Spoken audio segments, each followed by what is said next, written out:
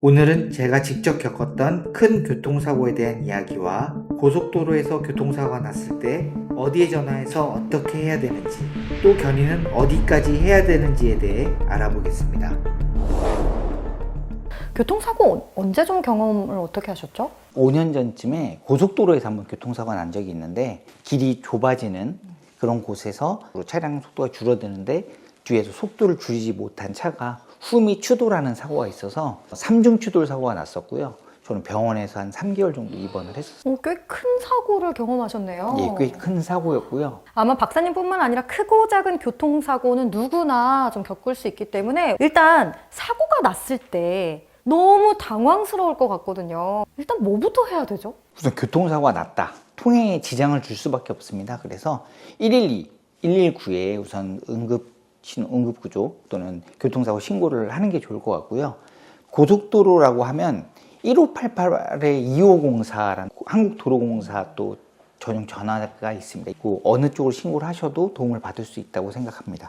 가장 먼저 할 건 신고다. 네, 그렇습니다. 그럼 애플워치 같이 위험을 감지해서 직접 신고해주는 경우도 있던데요. 요즘 이제 스마트 기기들이 잘 발달을 해서 일정 이상의 충격을 받고 나서 움직임이 없다면 자동으로 신고해주는 그런 서비스들이 제공이 되고 있습니다. 또 우리나라엔 좋은 시스템이 있는데요. 네. ITS 시스템이라고, 이 시스템은 저희가 고속도로를 이동을 할 때 네. 500m마다 이제 차량의 이동을 감지하고 다음 카메라에서 발각이 안 된다든가 다음 검지가 안 되게 되면 뭔가 이상 상황이 발생한 거잖아요. 이런 자동적으로 사고의 위치를 특정하고 사고가 났으면 알림하는 서비스들이 있기 때문에 시스템적 도움도 일부 받을 수 있는 상황입니다. 아, 그런 똑똑한 시스템이 있었군요.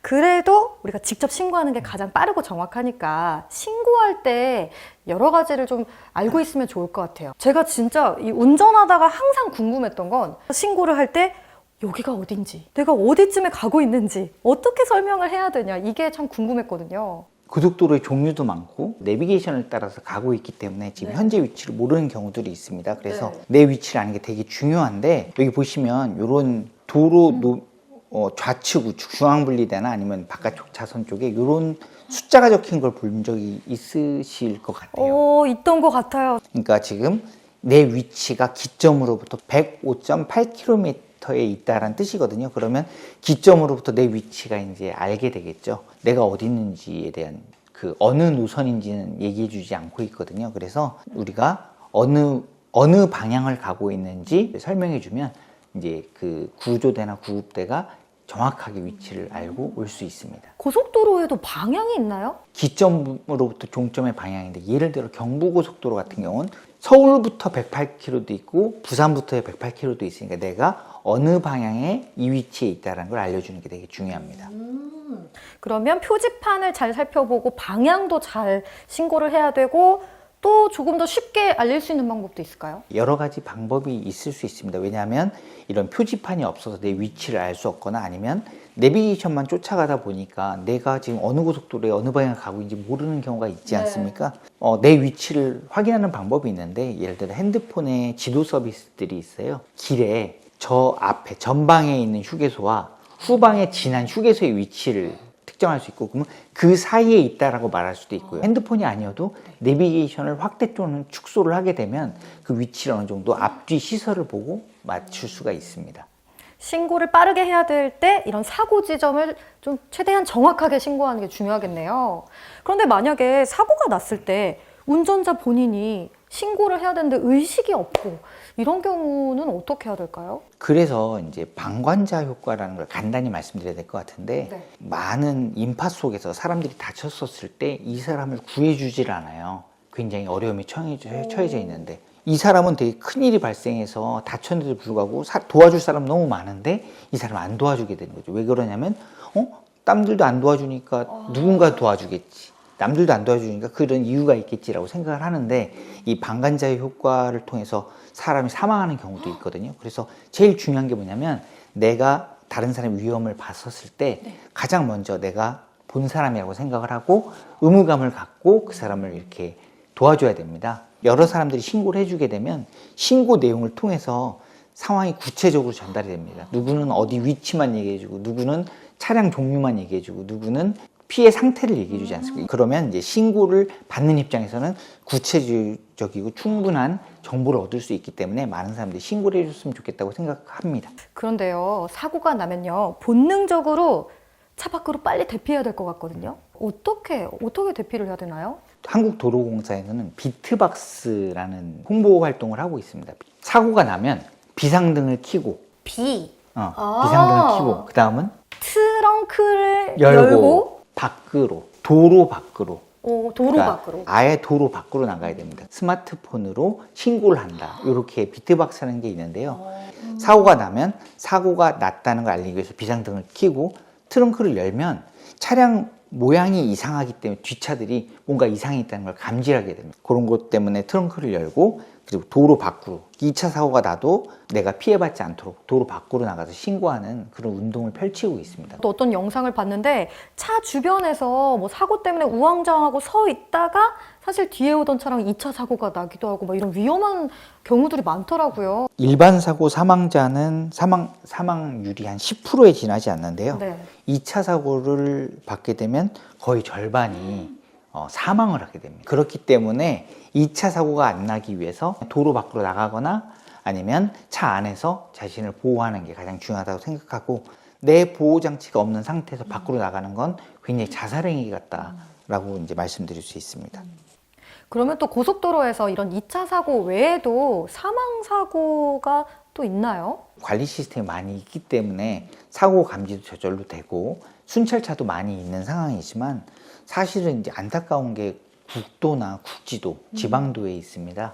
혼자 운전하고 가다가 논두렁에 빠지거나 아니면 혼자 운전하고 가다가 산에서 굴르는 거죠.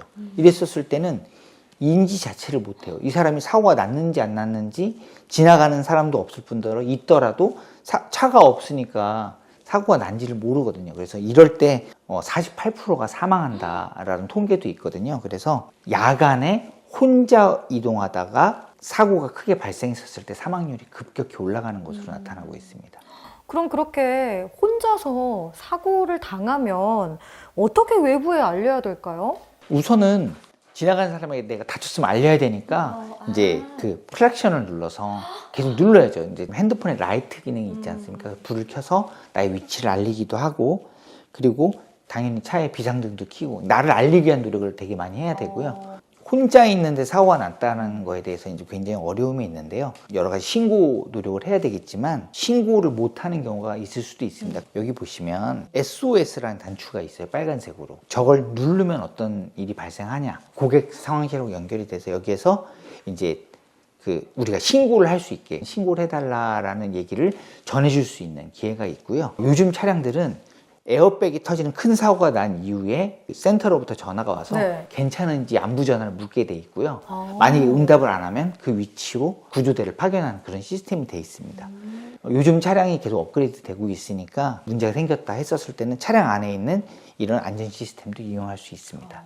이런 시스템들이 다 모아져서 네. eCall, 이머전시 콜이라는 기능이 차량에 이제 앞으로 탑재가 될 겁니다. 아직 의무화됐지는 않았지만 이제 빠른 시일 내에 의무화가 돼서 사고가 나면 내 위치를 자동 전송할 수 있고 나의 안부를 물어볼 수 있는 그런 시스템이 연결되어 있는 eCall 서비스가 이제 제도화가 돼서 의무 장착의 시대를 앞두고 있는 상황입니다. 그러면 박사님, 사고가 났을 때를 대비해서 우리가 평소에 차 안에 비치해야 될 것들 어떤 게 있을까요? 삼각대, 삼각대. 발광이 되는 삼각대들이 있고요. 차량 서행을 유도할 수 있는 경고등이 있고 발광 조끼가 있습니다. 발광 조끼를 입고 경고등을 들고 삼각대 등을 이용해야 되는데 아까 처음에 말씀드린 대로 가장 안전한 곳은 도로 밖이니까 이런 조치를 해놓고 그리고 밖으로 나가서 기다리는 게 좋습니다. 그런데 우리 사고가 발생했을 때 어수선하고 좀 당황한 사이에 이런 민간 레카차들이 와서 이렇게 견인을 하는 경우도 많이 있잖아요. 근데 우리가 좀 직접 견인할 수 있는 다른 방법은 없을까요? 우리는 자동차 보험이 되게 의무돼 있는 나라이기 때문에 자동차 보험회사에 연락을 해도 군한 차량을 보내주기도 하고요. 도로공사에도 이렇게 순환하고 있는, 계속 순찰하고 있는 레카차들이 있습니다. 그래서 그런 도움을 무료로 받으실 수가 있고요. 그러면 사고 시에 어디로 가야 하고 뭐 어디까지 가는 게 좀 유리하고 이런 것도 궁금해요. 저도 사고를 경험하고 나서 알게 된 사실인데요. 네. 사실 고속도로에서 사고가 났다는 건 내가 살고 있는 지역에서 굉장히 멀리 있는 데서 난 사고지 않습니까? 맞아요. 견인차가 오게 되면 견인비를 아끼려고 그 주변에 이제 공업사를 찾아서 차량을 맡기게 되거나 수리를 하게 됩니다.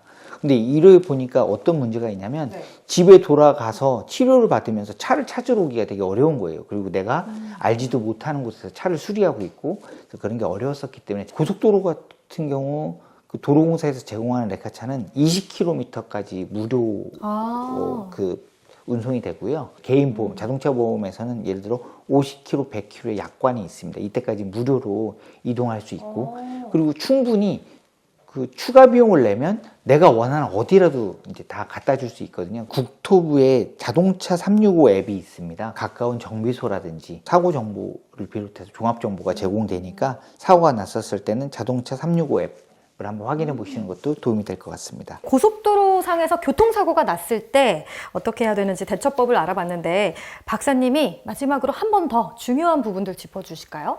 우선 첫 번째, 사고를 당하면 가드레일 밖 안전한 곳으로 이동을 해라 라고 해야 될 것 같고요. 두 번째는 남의 사고를 인지하면 내가 신고를 해주자 라는 게 서로 도울 수 있는 안전문화가 될 것 같습니다. 세 번째는 2차 사고에 휘말리게 되면 사망률이 너무 높기 때문에 내 안전이 확보되지 않으면 다른 도움을 주는 거는 되게 어려운 거다라고 말씀을 드리겠습니다. 네 번째는 야간 운전 시에 지금 혼자 운전했었을 때 되게 취약성이 있기 때문에 가능하면 동승자가 있었으면 좋겠다라고 말씀드리고요. 동승자가 없으면 자동차와 핸드폰이 갖고 있는 여러 기능들을 이용해서 나의 사고와 위치를 알려줄 수 있는 시스템을 가져야 된다고 생각합니다. 이 사고는 피할 수 없지만 오늘 말씀해주신 이 대처법만 분명하게 인지하고 있으면 이 사고의 피해를 최소화할 수 있다는 걸 다시 한번 느꼈습니다.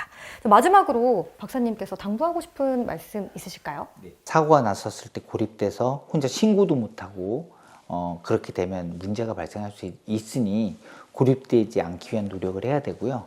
고립 자체를 해결하기 위해서는 동승자가 있거나 아니면 자동으로 신고해 줄 수 있는 시스템을 이용하고 이런 것들이 중요할 거라고 생각합니다. 그리고 그것이 바로 생존의 핵심이라 생각합니다.